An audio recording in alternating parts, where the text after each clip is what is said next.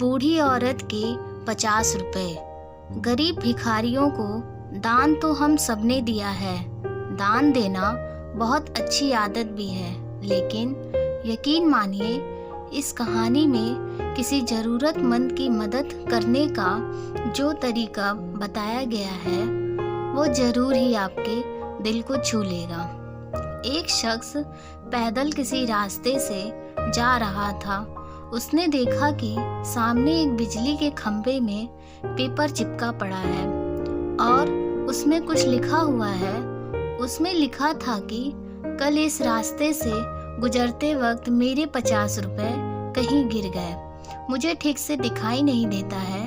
कृपया इस रास्ते पर कहीं भी किसी को भी मेरे 50 रुपए मिले तो इस पते पर पहुंचा दें। नीचे लिखे पते को पढ़कर उस शख्स का मन वहां जाने को करने लगा। उस शख्स ने पते को याद किया और उसकी तरफ बढ़ने लगा। वहां जाने के बाद जब उसने आवाज लगाई तो देखा कि गली के आखिरी में एक झोपड़ी है और वहां से एक बूढ़ी औरत लाठी के सहारे बाहर निकलकर आ रही है।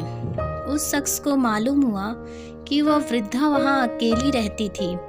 बूढ़ी औरत के सामने आने पर उस शख्स ने उससे कहा कि माँ जी, आपके 50 रुपए जो गिरे थे वो मुझे मिले हैं। ये रहे आपके 50 रुपए। उस शख्स की बात सुनकर बूढ़ी औरत रोने लगी और कहा, बेटा, कल से अब तक करीब 20-25 लोग मुझे 50 रुपए देकर जा चुके हैं।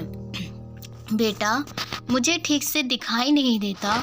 मुझे पढ़ना लिखना भी नहीं आता है। ना जाने किसने मेरी हालत देखकर मेरी मदद के लिए ऐसा किया है। उस शख्स के बहुत कहने पर उस बूढ़ी औरत ने उससे 50 रुपए तो ले लिए, लेकिन उस शख्स से विनती करते हुए कहा कि बेटा, जाते वक्त वो संदेश जरूर फाड़कर फेंक देना। ना जाने किसने मुझ पर तरस खाकर ऐसा किया है। उस शख्स ने सिर हिलाते हुए बूढ़ी औरत की बात पर हामी भर ली। थोड़ी दूर जाने के बाद वो शख्स सोचने लगा कि आखिर मुझसे पहले आए उन 20-25 लोगों को भी तो उस बूढ़ी औरत ने वो संदेश फाड़ने को कहा होगा, लेकिन किसी ने उसे अब तक फाड़ा नहीं है, तो फिर मैं कैसे फाड़ दूं? उस शख्स ने मन में उस व्यक्ति के लिए बहुत ही आदर का भाव आ रहा था जिसने बूढ़ी औरत की सेवा के लिए इस तरीके को ढूंढा। उस शख्स का मन उस व्यक्ति के लिए कृतज्ञता से भर चुका था। फिर क्या था, उस शख्स ने भी बिजली के खंभे में लगे उस संदेश को वैसे ही रहने दिया। दोस्तों, इस कहानी से हमें यही सीख मिलती है कि हमारे मन में सिर्फ कर्म करने की इच्छा होनी चाहिए।